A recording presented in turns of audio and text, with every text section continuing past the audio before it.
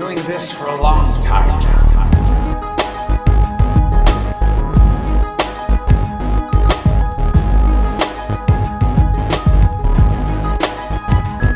Help them start to rebuild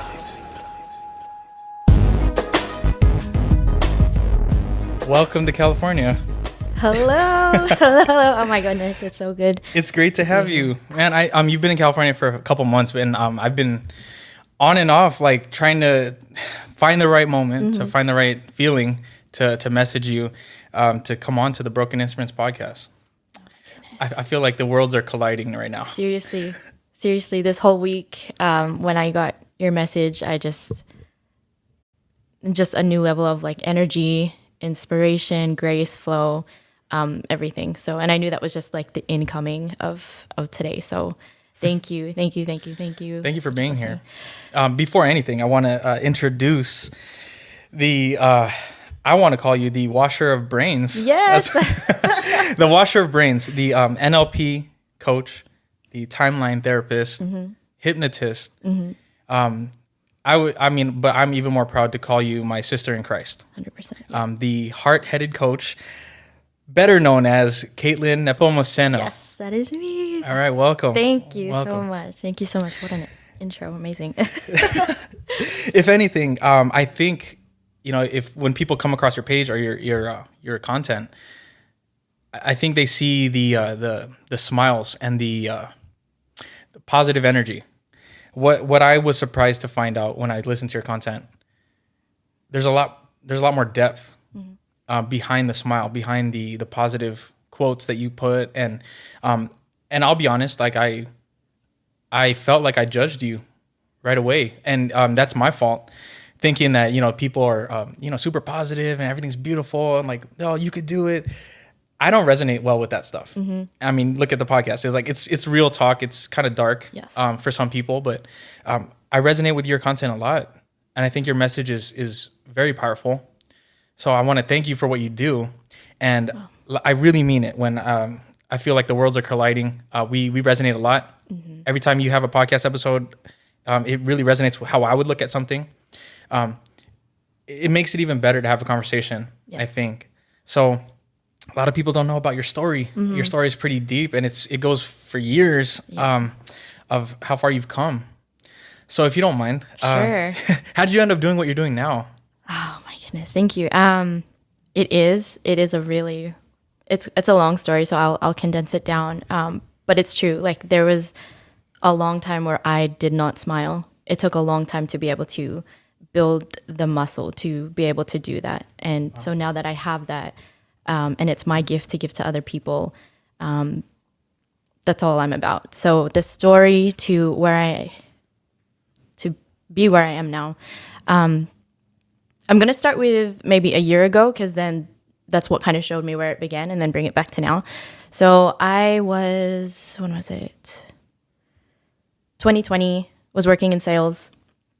I had taken this job to escape my last job. I'd been working there for about 13 years, and it was just a mess. I was so unhappy with my life, my relationships. I just got out of a really bad relationship where I was, subject to abuse, subject to stalking, subject to all these kind of things, and I just did not feel safe anymore. I was, we grew up in the same church group, and people are people. Didn't feel like I belonged, didn't feel like I was accepted, didn't feel like anyone was going to help me. And throughout it all, I just felt like there's a purpose for this. There's a purpose for this, but my answer isn't here. It's out there. Like it's out of my comfort zone. I have not yet learned what to do yet, but I'm in the process of learning now. So I just trusted myself that I needed to do it on my own.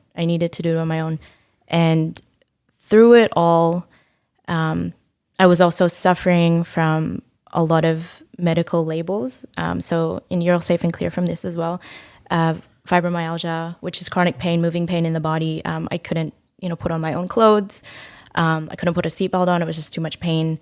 I would laugh too hard and I would pass out because my body just could not take it.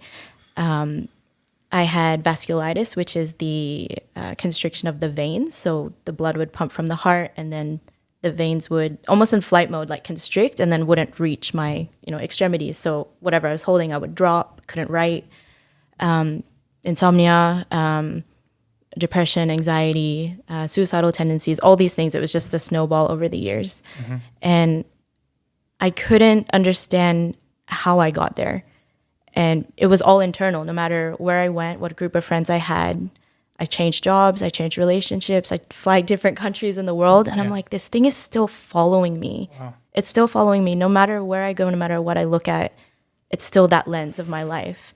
I go, there was a time where I was happy, where I was healthy, where I was spiritually, mentally, emotionally, physically, everything was aligned. Like I know my peak and I've been there before. So somewhere along the way, I've just like stumbled down.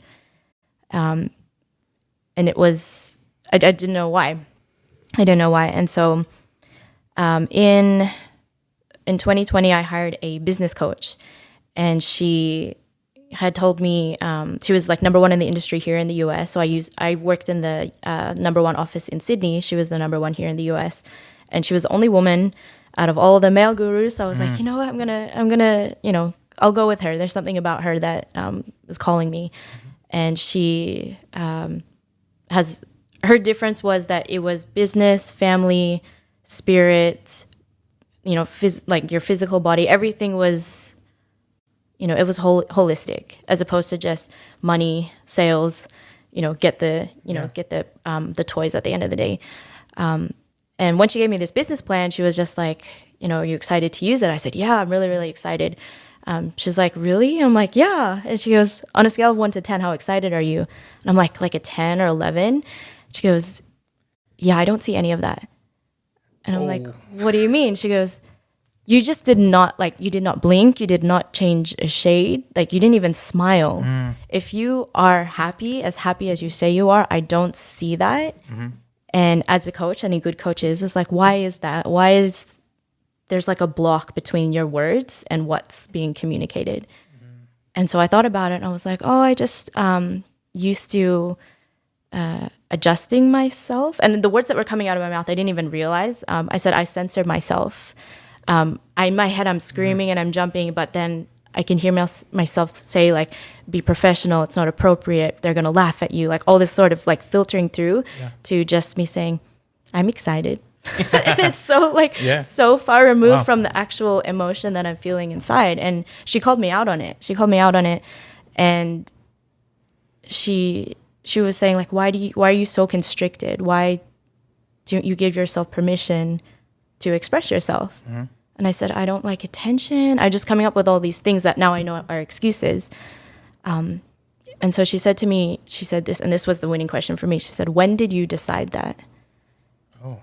She said, you don't have to tell me the details, but do you remember that moment in time when you decided that? Because all your actions are results of your beliefs and your values. You don't act out of alignment of your beliefs or values. True. And all beliefs begin with a decision. There was a moment in time where you decided to believe that. So when was that? And she let me think for a moment, but it was seriously like a command. I went back to that exact moment in time. It was 2014.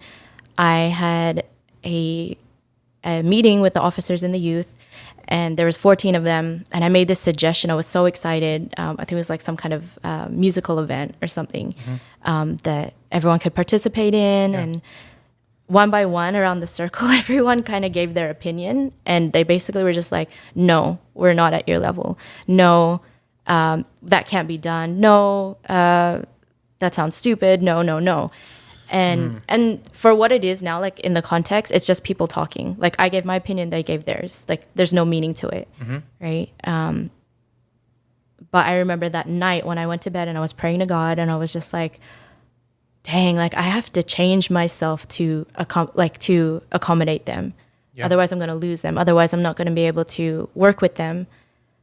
And so the decision I made was, no one wants to hear from me, and what I say doesn't matter. And so every time after that I met with them, the filters started. Don't say that. Yourself. Yeah. Don't say that. They're going to judge you. Don't say that. They're going to say no to you again. Don't say that. It doesn't matter.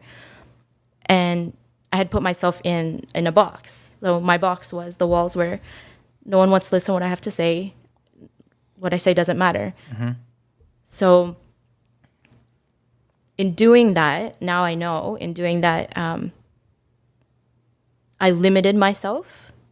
When there was a time that someone would genuinely want to listen to me, I would hit the wall of the box and just be like, but that doesn't align with my identity, that no one listens to me, so I'm going to push that person away.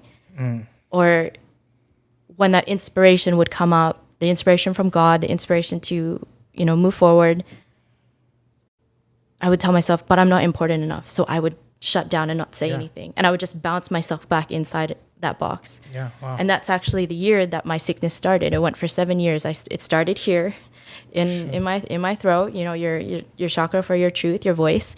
And it started to radiate. It started to radiate out. And that's where the pain started.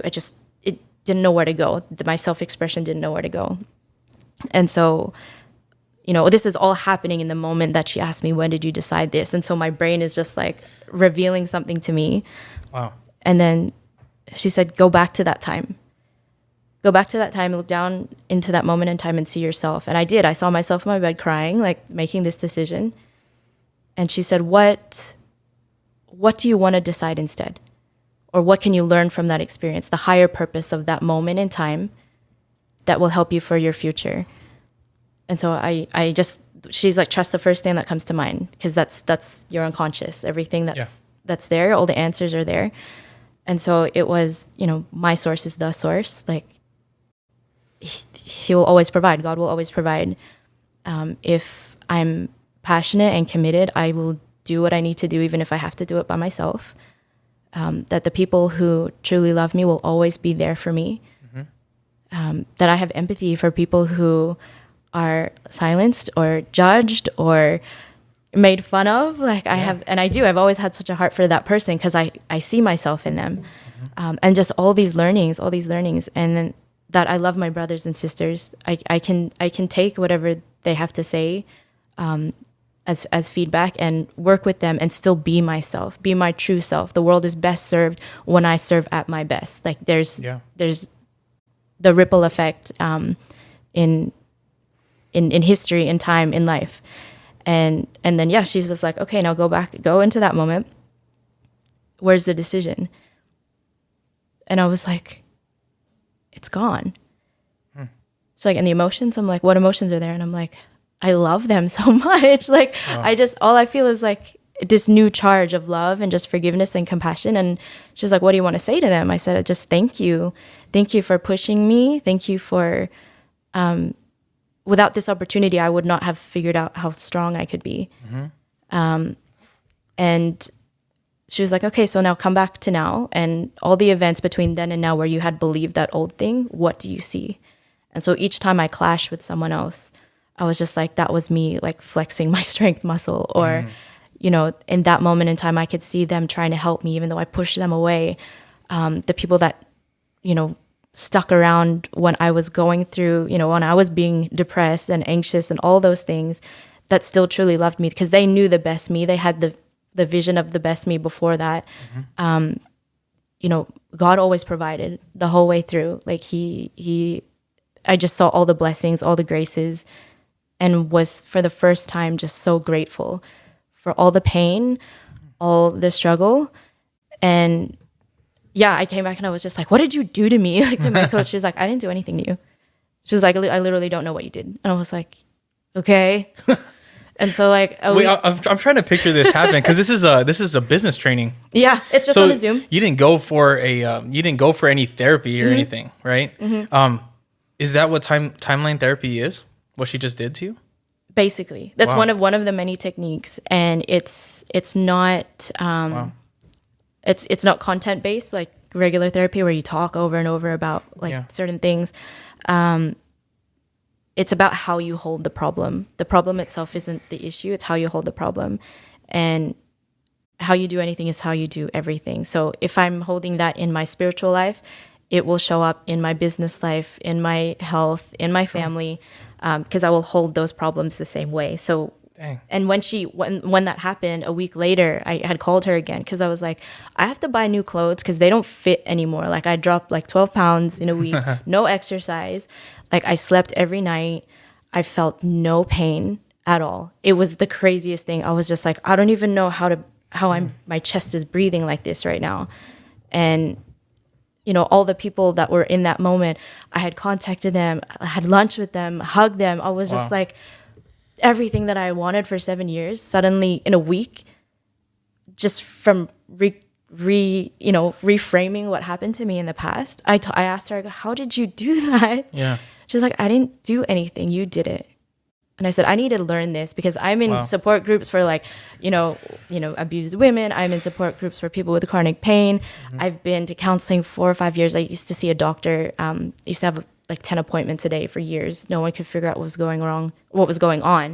And I'll leave this up to you. When I would talk to Ate, the whole time she would tell me, like, even when I would come here and when I would be in Australia, don't do the chemo, don't do the steroids, don't do the antidepressants. Like you're gonna be okay, and you're gonna be okay. And I would tell her that too. I would just tell her like, Mama, you're going through so much already. Don't take this from me. Just give me some guidance.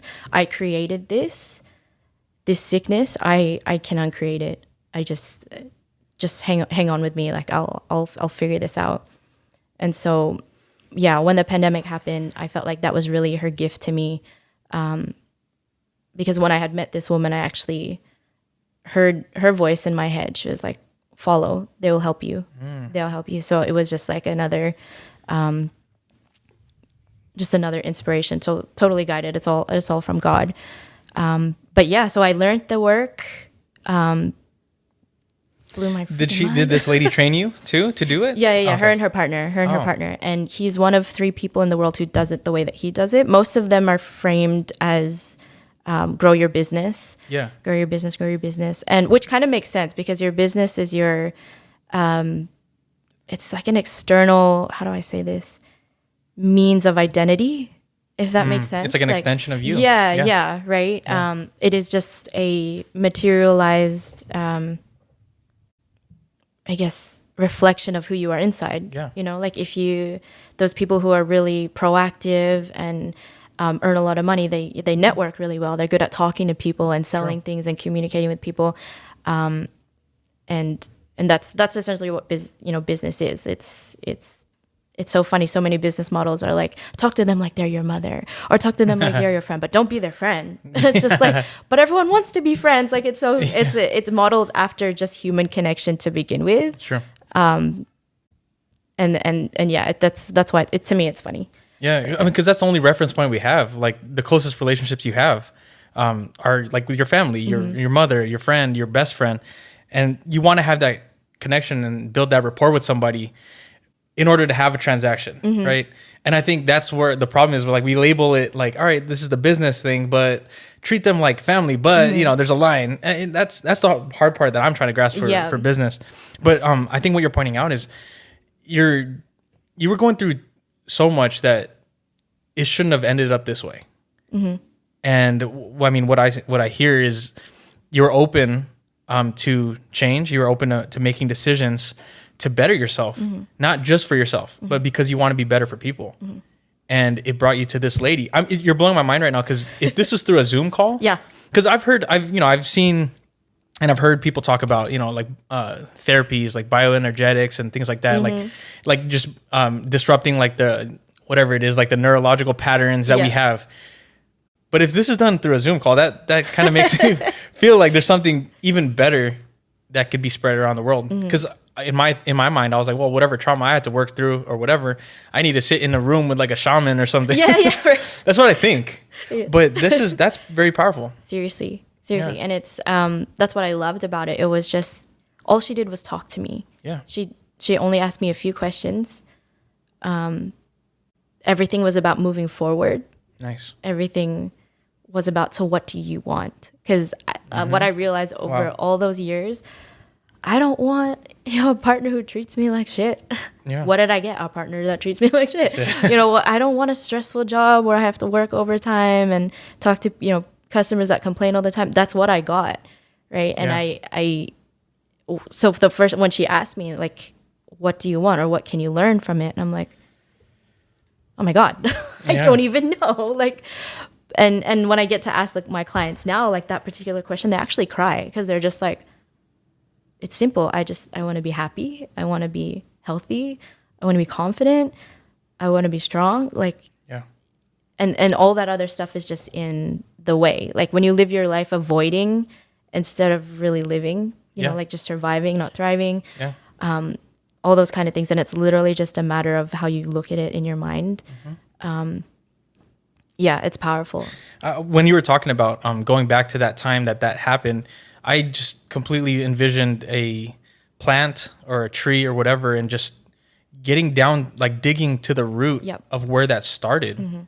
And I mean, for some people, it's almost taking out the whole tree, if anything, because we live this life. And from that point on, from that part of the root, it helped grow this one side of you that affected the rest of the tree and all the fruit, or lack of fruit, because you were in that state this whole time.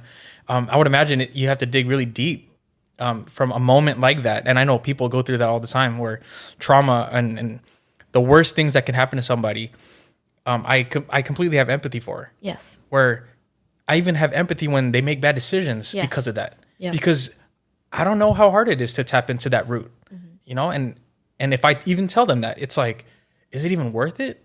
Ruining your whole life, or letting go of your entire life to tap into the root, to cut it out and start new. I can't tell someone to change like that. Exactly. And I mean, the fact that you're willing to, I think did it get to a point where you're like, this is the only way? Or did you feel like you were still hesitant at first, like to even connect with this lady and stuff like that? It was, honestly, it was a spiritual path. So this particular part, I share to the people who are closest to me, but I'm ready to share it like to everyone, just because being in the field, knowing the others who work in this field now, they've actually had a similar experience, and that was actually a couple months prior to committing to work with her, was actually my last like suicide attempt. And it was at home, it's in the kitchen, I blacked out, and in the darkness was a voice. And the voice had told me, I know you believe that no one loves you, but I do. And everything I've ever done, I've done for you. If you do this, the one who will hurt the most is me. Please don't leave me. I need you. Everything that you've tried to do to fix it, do the opposite. Do the opposite. And everything you think about yourself is wrong. So know that I love you, and everything I do for you. And I tripped out. Like I remember just taking this massive gasp. I was on the floor. My dog was like licking my face, like trying to wake me up. And I was just like, the hell was that? Like at first, but it shifted me. It was either die or change. It was literally either die or change. Who was it? Who was that voice? That voice was Mama. It was Mama. And I know when anyone reaches out to anyone with love, if it's their voice, their face, it's actually God. Yeah. It's actually God. God will use any instrument, will use any means to let you know that He is there. And for everyone, you know, even if you're not, I believe God will come to you in your model of the world. So whether it's Allah, Buddha, nature, however you accept Him, He is communicating to you.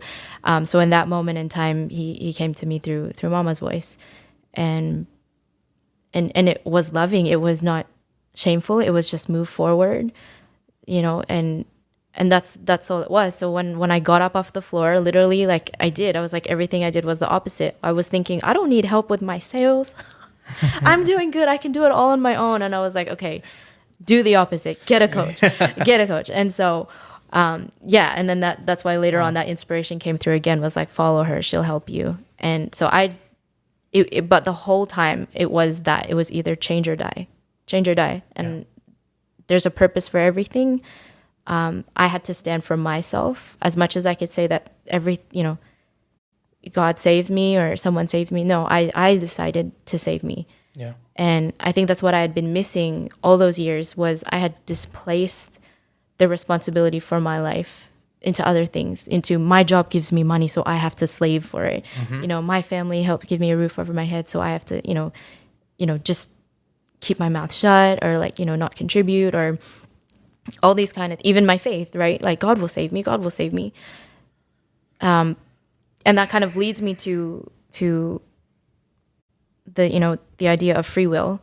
We're the only creation that has a frontal cortex that can actually think consciously, like out of the present moment. Birds will eat and fly, trees will just grow. We have the ability to look back at ourselves and judge ourselves. True. And with that, we can tell our bodies to, you can verbally kill yourself. You can tell your body to shut down.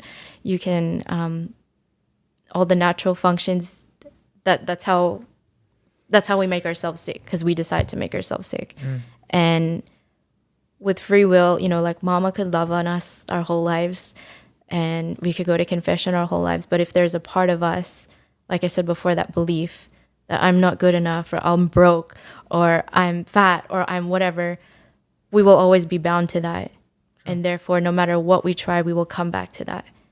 And so, but that particular part, like, God is so humble. He gave us the option to defy him, to reject him, to just overrule everything. I'm just like, oh my God. Like, people don't realize how powerful your free will actually is. Very true. And then when you use it, for me, when I made that decision and started to harm myself, I'm like, I am using it the wrong way. Like, I can create or I can destroy. So at that point, it was change or die. It was create or die, like live or die.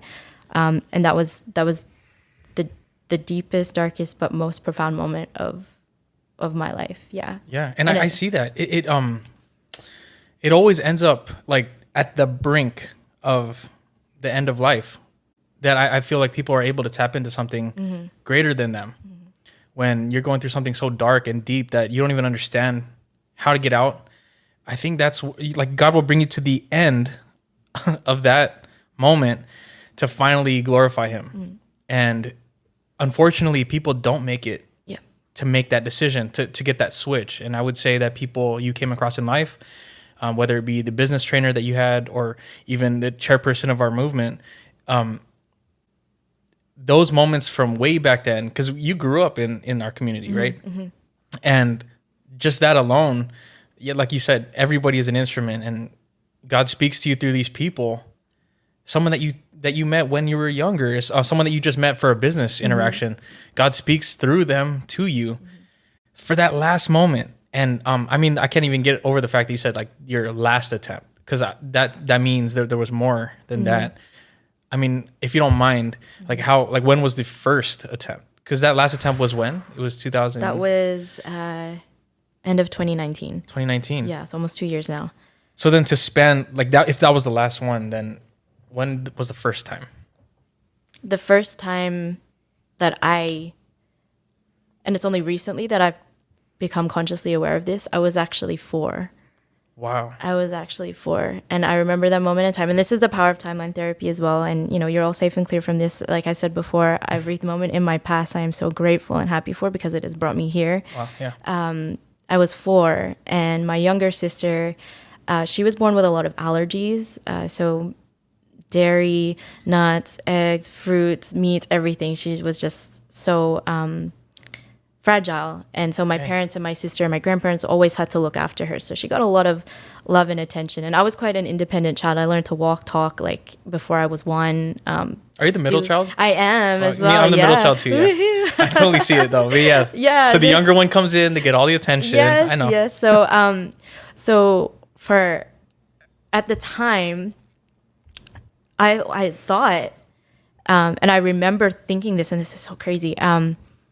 If I'm sick or if I'm hurt, then people will love me.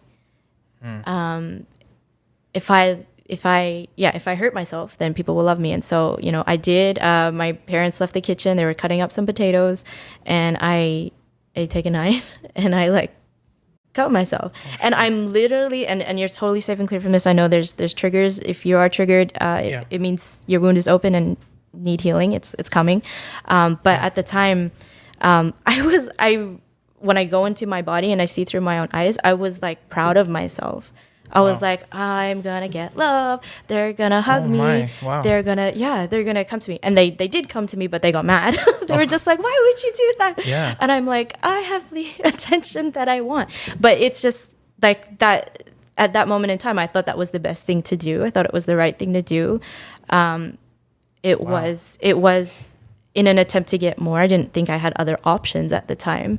And yeah, so when I realized that, even till now, I look at other people, I'm like, if I did that thinking it was the right or the good thing to do, all the mistakes I see in other people, they probably have the same mindset as I did then. Like, maybe I do have to gamble to get this extra money, or I have to steal this thing to, this bread to feed my children. Like, all the decisions that people make, doing the best they can with what they have, and then the desperation of the situation that they're in to get something that they ultimately want, which is usually feel good or love or connection or, excitement. But the way we go about it is not the healthiest way. It's crazy. And for that reason, like, I have so much compassion now for people's mistakes, and that's why I show up for those people, because there are other options. There's an infinite way of doing things. You might have done one way, but there are other ways. And so that's what I mean. That moment in time, like, that happened for a purpose for today. Sure. Like, even when I was 4 years old, I think maybe like the Butterfly Effect movie, there's different points in time where you go back and you can change your past. That's how I totally feel about that, because it's frightening. I know, like, this is for people who are listening, it's completely out there, but it's reality, right? Hey, but that's what this podcast is about. It's about real life. I don't want to pull punches. I don't want to censor things, because the things that do trigger people are the things that they actually have to face. Yes. Now, I'm not saying like face it, good luck. It's more of you're not alone. I think that's what the big message is. Yeah. But even since you were 4, I mean, obviously consciously, as a kid, that's what you saw as obtaining love, obtaining attention from people. So, I mean, yeah, obviously that's clearly wrong for a kid, but not in a sense of, that you're just a bad kid. That's how you sought love. And I think a lot of people resonate with that even till now. Yeah. We have grown adults thinking that they need to be a victim in order to be loved. And that victim mentality is very dangerous. Yes. Where you let people treat you a certain way because of the return that you get. And that's a bad spiral, a bad hole to be in. And I think when you mentioned, in your other podcast about having a victim mentality, what was your strategy on coming out of that? Good question. If I'm a victim, I am at the mercy of someone else. And this is where, like, the conversation of empowerment, like, is actually quite crucial for everyone. No one can make you feel anything. No one can make you do anything without your permission. And so that's what it was. Like, the relationship that I had when I got sick before going with this coach was like, this is all a result of me. I am all my decisions, all my thoughts, the energy that I attracted this partner into my life. I attracted, my sales going down. I attracted going broke. I attracted, the conflict and the tension in my relationships. Like, the common factor is me. And I fly to the other side of the world. I change careers. It shows up again. It is me. It's not happening to me. I'm creating it. So if I'm creating it, why not create what I want or the story that I want? Yeah. And it begins with me. They won't see it. They won't buy it. They won't believe it if I don't. True. So I have to go in there and pull up from the root all the things that I don't want anymore. Because they're only growing there because I let them. I let them be planted. I let them be watered and bear those kind of fruits. And it's it's my garden. Like it's just True. take it out. Yeah, it's true. That's so true. You actually have control of this garden. Yeah, you know, if Wow. people come around and eat, you know, my fruit of, you know, bitterness or whatever, like that's Yeah. that's for me, and that's what I meant before about like I'm, you know, if I'm clear and clean and aligned inside, the whole world shows up to me that way. They respond to me like that, and it's true. As soon as I made that change, I'm like, I'm not a victim. I am the source, generator, creator of my life. God has given me my free will to create, and so, you know, after that, people did start showing up differently. The money just started flowing in. The weight dropped off. The quality of people in my life, like, if I can just say, because I know I have a lot of friends, like female friends, that wonder why there's so many jerks around and like all these people, you know, like I used to get asked daily, number of times a day, like for my number, or like, you know, for sex, like just from strangers, like from men, and you know, or the comments or like derogatory things. And I just would be like, why? Like, why? What is it about me that calls that out of a person? And then the day that I made that change, I had my timeline therapy, all these kind of things, all I started getting was just like, you know, you have a really, really good energy and you are kind, and yeah, you're special. You're just an impressive person. Like, it was all just love. It was all love. And it just, how you show up calls out like how people show up to you, how people respond to you. So everything that I was seeing outside of me, thinking I'm such a victim, everyone treats me like shit, like all this kind of stuff. No, it was a reflection of me. It's only coming to me because I'm allowing it, and I'm magnetizing that. So as soon as I loved myself and decided to stand for myself, then, you know, lift myself up, that's when literally everything changed. Yeah. Wow. So yeah. No, yeah, and I mean that alone, like you said, the pattern that when you live in that, the pattern that comes out of that, it's everything's kind of clouded by this one lens, where everything I say, everything I do, like it carries all the energy of that pain, that victim mentality, that point of this is who I am, right? And when you studied NLP, when I saw that you did NLP, I was like, oh, like this kind of, you know, I worked in mental health, and I know the dark side of NLP, I guess, like the manipulation, Yes. I mean, like law enforcement, like the way we talk when we express ourselves, there is some form of manipulation, right? Yeah. The words we use carry a lot of weight, carry a lot of emotion, or you can trigger emotion with the right word, right? Without, like, I mean, that's the thing. I want to create I want to create a new, I guess, stigma, or break the stigma of NLP. Because as soon as I saw that, I was like, oh, that's kind of scary. And because I know people that have used it to whatever it is, like for pickup or like even law enforcement at work, dealing with patients, getting them to follow what you say, or even get them to come out, like trigger them a little bit. Yeah. How do you take NLP and actually help somebody? I love this. And it's so true. It's you know, it's like a butter knife, right? Like you can use it to butter bread, or you can use it to seriously harm someone. It's definitely a tool that's a magnifier, in that what's in a person will come out.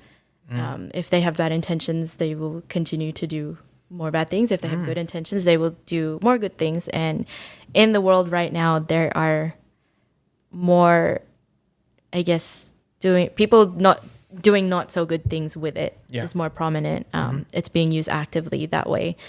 And so with NLP, if anything, it's a lot of things. If there's one thing that I can sum it down to, is that your word is law. Your word is law. And everything that you say, that you speak, it determines your reality. And so when you say something is going to be hard, or this is going to be a struggle, it will be. When you say to someone, you know, that they're stupid or whatever, it hits your ears first before it hits theirs. Or when you sit with someone at a table and you, like, you know, in Tagalog we say chismis, that person's not even there to hear it. You are. So that becomes your reality. That becomes applied to yourself. And speak what you want. Know that your words are landing with other people, and they do. It's a placebo and nocebo effect, right? Like, I could tell you that you're special, or I can tell you that you're nothing, and that will affect every cell in your body because they're all listening. All cells have neurotransmitter, which, like, the purpose is to live. And for me, it's not negative or positive. It's everything is possible. So if you say that it's going to be shit, it's going to be shit. If you say it's going to be amazing, it's going to be amazing. And I think with NLP, in terms of the mind, and what I mean by possible is that, for example, you use Google and you type in, like, no pornography. What are you going to get? You'll get it. You're not going to get, pictures of birds or Disney stuff. You're going to get pornography. And that's the same with the mind. You can't just not state it and not get it.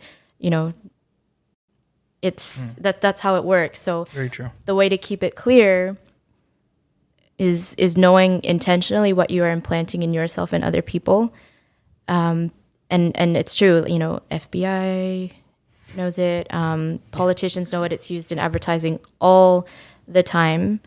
And I think for me, it's a homecoming in that I want to give people back their power. Their power, because your word is law in your world. If you make a promise to someone and you break that, you break yourself, right? You say you're going to do something and you don't. That breaks rapport with yourself. Your cells literally get confused. They don't know what to do. Like what happened to me when I said no one wants to listen to me. So when I would go to say something and physically just choke myself and bring it back down, that's I created that sickness by not obeying my own self. And if I can go a bit deeper, and you don't have to be Catholic or religious to know this, but the number one sin is to bear false witness, like is to tell a lie. Is to tell a lie, to call someone stupid or poor, not good enough, all those kind of things is a lie. People do things, they make mistakes, they do things that are stupid, they cheat, they whatever, but that is not the identity of the person, because they are whole, they are complete, they are a creator of their life just as much as you are. So the lie through your breath into the world, like that, when it speaks into reality, poverty is not actually real. Decline in economy is not actually real. It happened because someone said something and then acted that way, and it was created. Even cancer didn't exist a couple hundred years ago until someone coined the word cancer, and then created, all these, you're a nurse and you're an educator and all these things now we now have to study, which is not the root cause. The root cause was that we lost ourselves. And going back to Genesis, God breathed into man and man had life. So every breath that you breathe is God.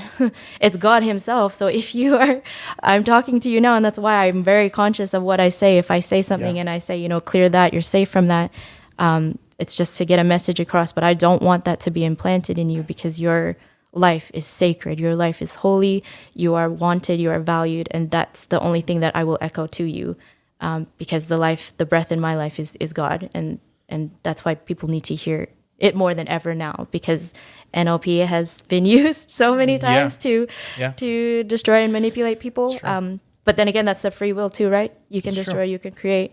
So I'm all about, just everyone's like, oh, you're so lovey-dovey or whatever. I'm like, yeah, dude, I have no ounce of all that other stuff. You're not going to get that from me. No way. I mean, definitely in the wrong hands. It'll be a weapon, a form of lethality, if anything. A hammer, it's a hammer, like you can build a house or you can tear it down with a hammer. I mean, every time you say like, clear it, you're free of this, even if we say it. That's the hard part about this world, is that we have this flood of information. Everything is accessible. You can't avoid triggers nowadays. So if we stay away from a certain thing or a certain word, or we don't want to talk about this certain topic, it's bound to happen at some point. Now, what therapists do and physicians and things like that, they want to see how you're going to react to it. And what I always talk about with my students in the field, it's don't be reactive, because reactive is just this uncontrolled, response. A real response, a controlled response is clear-headed, it's clear-minded, and it's good energy. And I think that's what I see with NLP is, the danger of words. I tried to tap further than that to even say like words like suffering. That alone has just such a negative connotation. Like, this person's suffering. But I think the best thing that I found growing up was suffering was a beautiful thing in our faith. Yes. So don't be afraid of suffering. Don't put this negative connotation on suffering. Suffering and sacrifice and pain and fear. These are deeply rooted, but I would say we put the negative connotation on it. 100%. Yeah. Because we run from stuff like that, right? As humans, we're programmed to follow pleasure instead of pain. But pain is natural. Yeah. Growing pains. Exactly. We need it. Yeah. So I really like diving into the meaning of words. I love etymology and why words are the way they are. Yeah. And that's what's powerful is that I think you claim yourself to be an introvert at some point. I'm 100% introvert, and doing what I'm doing now, I didn't even think I was going to be teaching, right? But I look back at my past too, and I wonder why I was so afraid. Why, when I spoke back then, even sharing in the youth ministry, I didn't breathe when I spoke. It's so weird. Yeah. But you go back to a time in your past where, like you said, your chakra right here, your throat.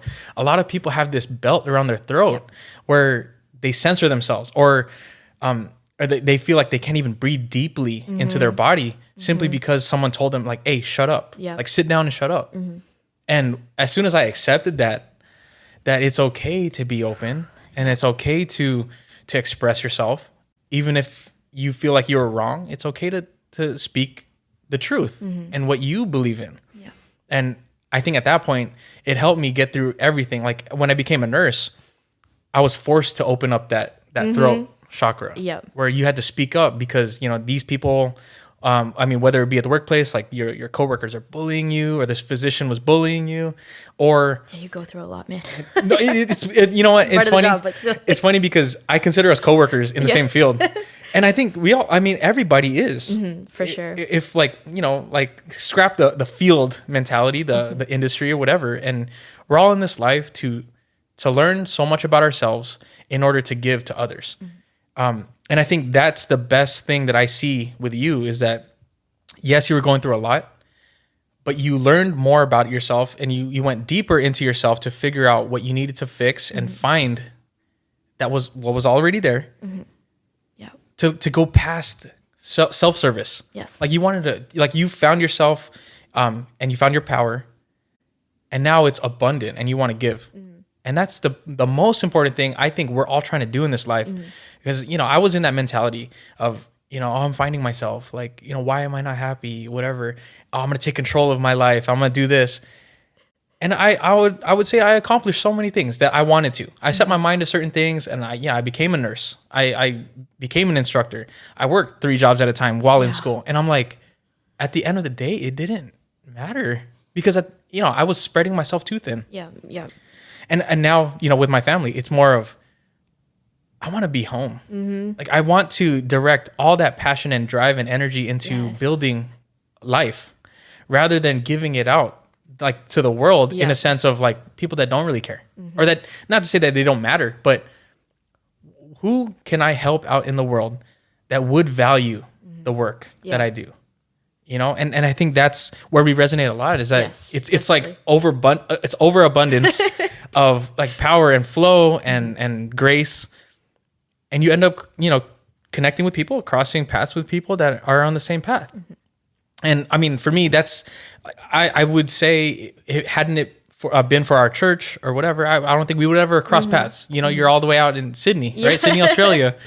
But we meet and we cross paths, numerous times in our lives because of moments like this.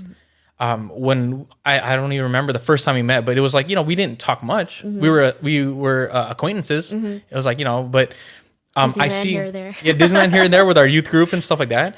And then those moments I look back, I never thought I'd be on a podcast with you. Right.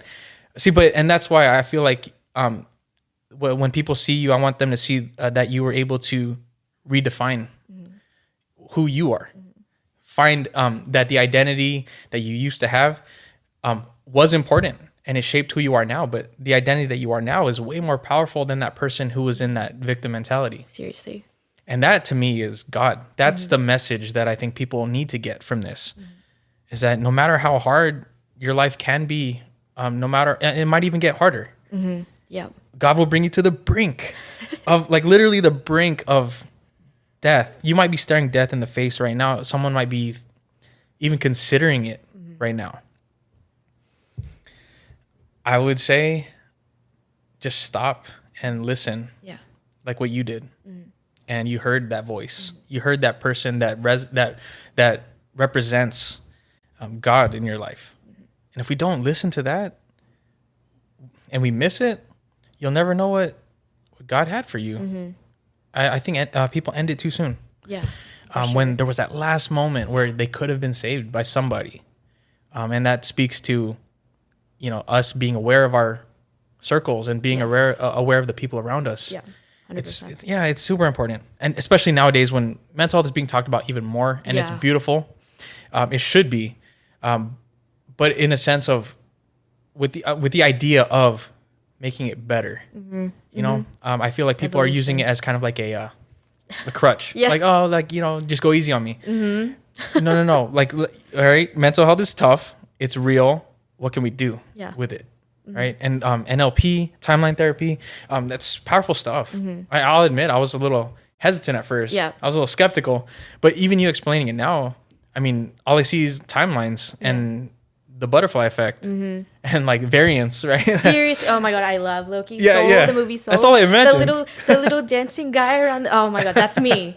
That's me. If you ever need coaching, that's what I literally do around you. That you free you from your stuff, and it's fun. Like, So that's why every movie, every show that comes out now, you see it through this new lens. I can feel it. That it translates to everything that we're talking about, like the deep rooted pains, the rephrasing, the redefining of words.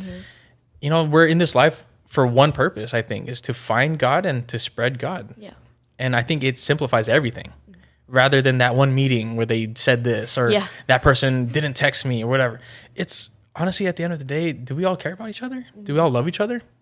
Why can't we just be normal people who want to experience life together, like experience good life and spread that? We talked a few things before we started recording. It was just, some people are just afraid to step out of the way that the pattern of life that they have. And some people aren't as capable, and that's okay. I think that was one of the hardest things for me to grasp, is accepting that people can operate only so far to where they limit themselves. Yeah, exactly. If that's a limit they set, dude, I'm not limiting anybody. But if that's as far as they can go because they set that limit, it's hard, but I have empathy for that, and I have compassion for that. Yeah. I'm sure you come across, you work with students, like you actually have clients that open up these things. Yeah. What do you tell somebody if they can't break through that limit that they set? Like, I'm forgive me if this is wrong, but Go ahead. I would imagine you're trying to work with somebody and they can't break it. They can't break through it. What's your strategy on that? It's always, well, that's the thing too, right? Like, as a coach, you can only coach what you've been through. And so most of the time, actually no, 100% of the time, I've been there, that point of just like, this is it. Like, this is as far as I go. And I know that there is more. So it's again, just a matter of language. Like, for what purpose are you keeping yourself here? Or are you creating this for? We go to some extremes depending on, like, when someone is releasing guilt, for example, and they don't want to release their guilt. Like, just keep, like, I'm guilty, like, this is who I am, and they've been holding on to it for 50 years. Wow. And, we will reframe them. Like, we will tell them, guilt affects healing. It slows down healing in the body. Anger, when they don't want to release anger, like, that compromises the colon. There is a corresponding organ for every emotion that you hold on to. So every limit that you set is literally feeding from your life. And so, and I'll tell them that I'm like, do you want to live a happy life? Like, you're here to make this change, and that means clearing your path from the past. You need to let go of that. You know, and it affects it ripple effects, right? The weight gain, the breaking of relationships because of the reaction of anger. And it's literally like, you are the one that needs to let go of it. You're in control. You know how you've lived the last 50 years like this, and you know what's ahead if you hold on to it. So it's just, it's all about giving them back their power. This decision is yours. Like, you can pay me and that's fine. You can go on and keep living your way. I'm here. I'm all in for your success. Like, I give you my 100%. But like you just said, like, I'm only at the limit of the limit you set yourself. And the only way I can empower you to move further than that is to let you know there is more. Everything you seek is beyond this. The fact that you're grasping onto this, your energy is going to this thing. And that's the energy that's meant to be going to the abundance, to the life, to the joy, the connection that you're meant to be experiencing. So, and if you don't want to let go of it, then you clearly believe that you deserve this and you want this, and that's all I can I can tell you. It's all up to them. As sometimes I feel bad, of course, but glad to say 100% of the time people are like, okay, let's go. Let's let it go now. Yeah, because I would assume people come into a relationship like that where they're with a coach and people want someone to solve the problem for them. Yep.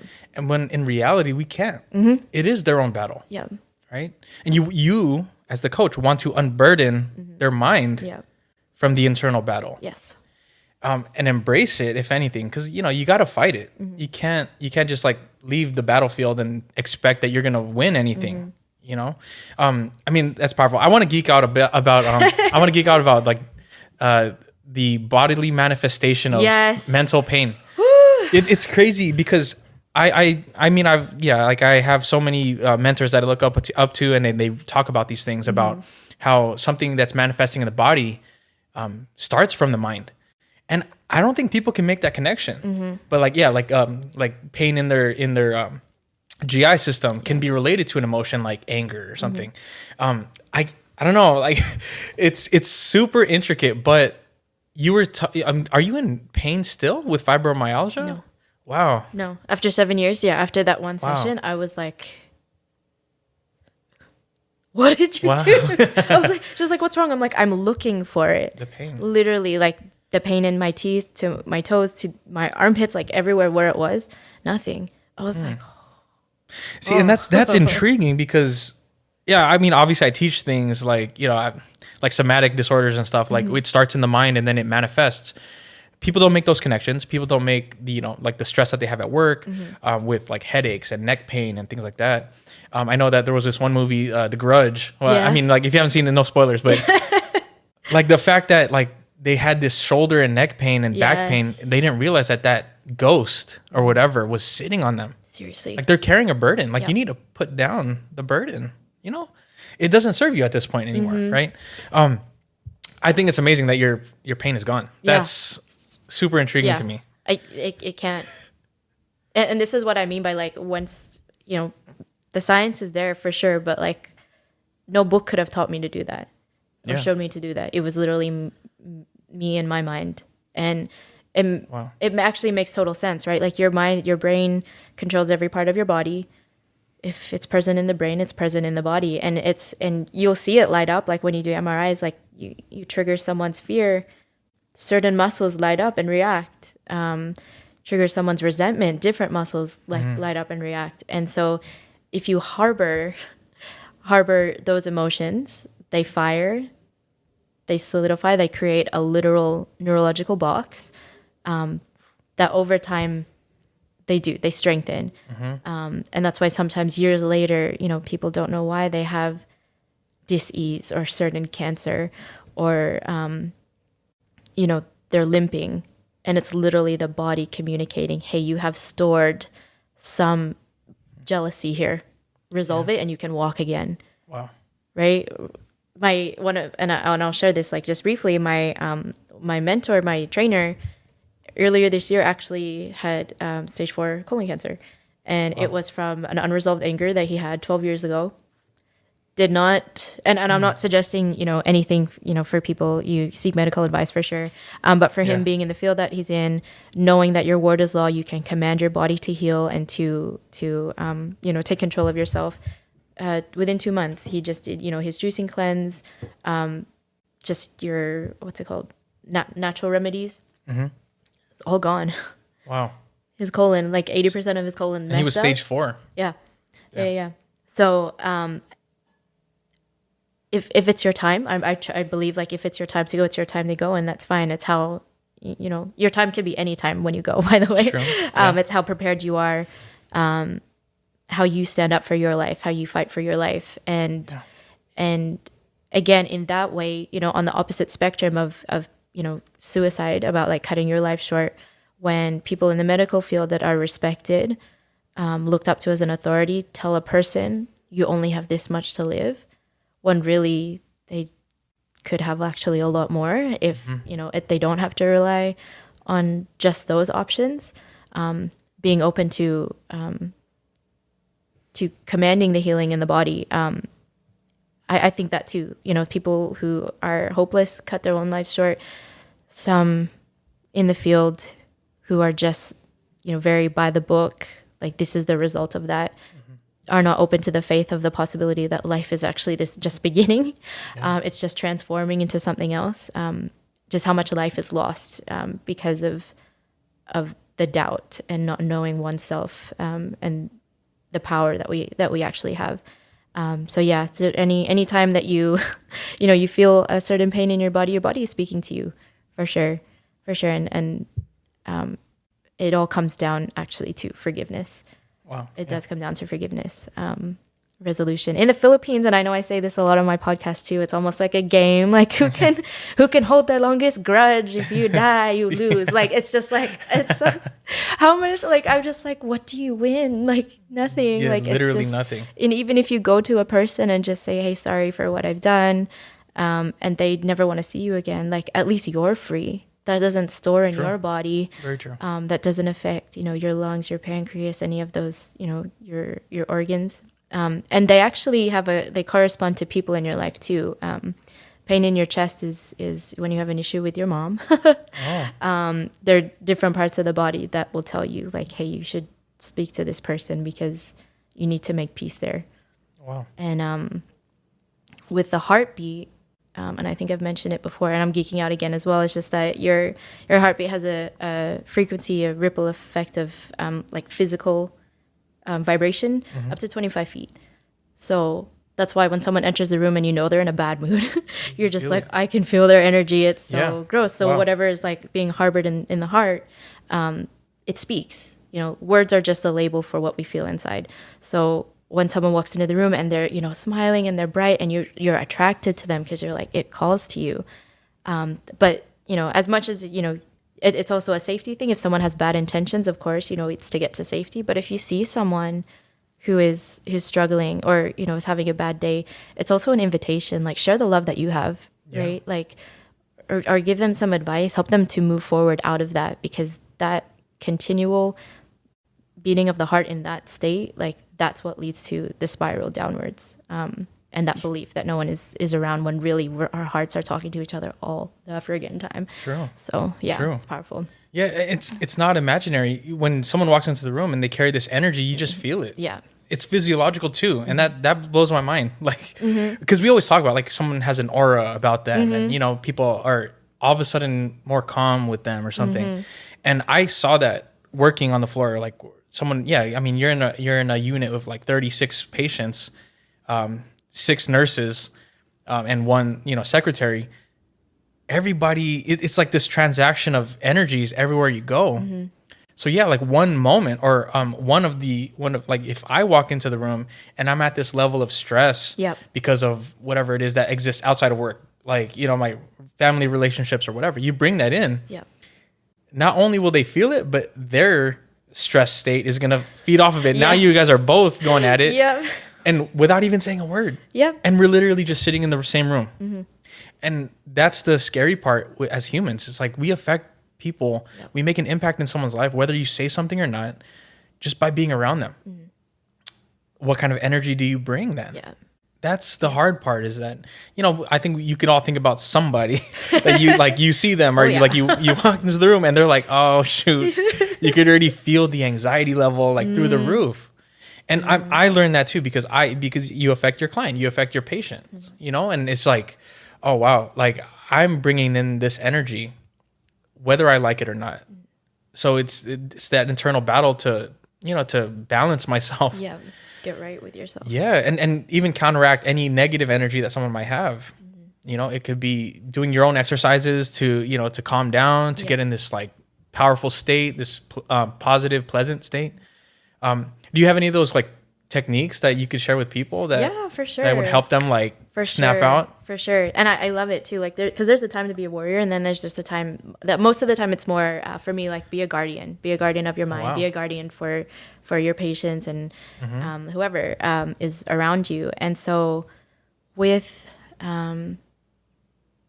knowing that your words, that your energy literally affects and sticks to other people around you, I think the simplest thing that I can say is, and I know it's cliche, is gratitude, because that actually is the highest frequency of any human emotion, has the furthest stretch, and when you are and I've said this before, like when you're hooked up to an ECG or an EEG, your brain waves and your heartbeat are completely a match. Like when you overlap the read, your whole existence is whole and one, and there's no possibility for fear, anger, judgment, jealousy. There's no room in the body for that to even flow. Like all the cells switch, all the organs switch, everything aligns, and you vibrate like in your purest form. So if you are having a bad day, if you're about to do something that's really difficult, literally just go back to a time where you were totally grateful. Go right back to that time. Just imagine it. See through your own eyes, hear with your ears, feel what you felt, and turn it up. Like whatever colors you see, brighten it. The sounds that you hear, what's being said around you or inside of you, turn up the volume, and then the feeling, like just so grateful, so much gratitude for this moment. And it only takes a few seconds to go there. You're right. And switch it. You switch to your healing, you switch on your power. And then whatever it is you need to do, you can, it's a form of armor. It's a form of like, you transmute darkness with that vibration. And it's simple, it's free, and it's built in you. We all have one moment, at least one moment that we're grateful for in life. And it's all you need. You could use the same event every time throughout your life, and it would literally save you, because it's your healing is switched on, your purpose, your meaning is switched on, and that is contagious, like a smile. Like when someone feels that, Wow. Your heart is beating that, it's communicating that, your energy, it's infectious, and that's what the world needs more of today. Wow. But even if just for yourself, do it. Yeah. Do it. The air that it can be anything, the sun's shining, like your lunch, or just, your birthday, anything like that, any moment. We're completely equipped. We're filled with so much resources. So it's simple. It's simple. Just be grateful. Wow. Yeah. That's oh my gosh, that resonates with me and how I look at a lot of things. When I find those moments, especially if I'm about to do something, right? Like something that's going to call me to be a certain way, I always try to find myself to separate from that person that's going to be up in the classroom, like in front of people, right? Like I always have this moment in the restroom. I know, like if my students run into me in the restroom, like they're like, "You okay?" I'm like, "Yeah, just washing my hands." Yeah. But when I wash my hands, I get into this state of being, and I think it's so hard to pinpoint, because I took a mentorship program, and he describes it as throning, right? Where Wow. it's the sovereign state. It's not doing anything. It's not learning, seeking anything. It's not feeling anything. It's just being there and being sovereign over those three different modes of you. It's like, don't think, don't do, don't feel, just be. Yep. And then from that point, it really does align me into what the task is calling me to do. If I do need to be a feeler in this moment, if I'm with family, if I'm with friends, put down the sword, dude. Like, why are you all like in like warrior mode, bro? Like, relax. Yeah. And also, like, if I'm in this like learning state where I have to study and stuff, like if I attack it with my sword, it's not gonna work. I really think that what you preach about alignment, talking about in that grateful state, that state of gratitude, it's more of what do we have at our core? This is in line. It's to be the hard-headed. When I saw that, I was like, wow, it that does resonate. Hard-headed. And I was even joking with Grace. I was like, am I hard-headed or am I head-hearted? Yeah. You know what I mean? But that's beautiful branding because I think it makes people think about where they are at. Are you in alignment? And to me, that's grace. That's the grace of God to be able to sit and just be sovereign over anything that's happening on this earth. And like you go back to the core and foundation of who you are. This is you, and you are an extension of God and life itself. Yep. And I know like this doesn't necessarily, it's not worded like how it is in the Catholic faith. This is like seriously, all philosophies, all religions and spiritualities. All of time. It's always been the same. It's the same. It's the same message. There's no right or wrong, and I think, you could tell when someone has that passion and they're living with that fervor and that drive to just be the best version of themselves in order to be of service to other people and what they need. And like I said, you're a coworker of mine. You're my sister in Christ. You're our sister in Christ.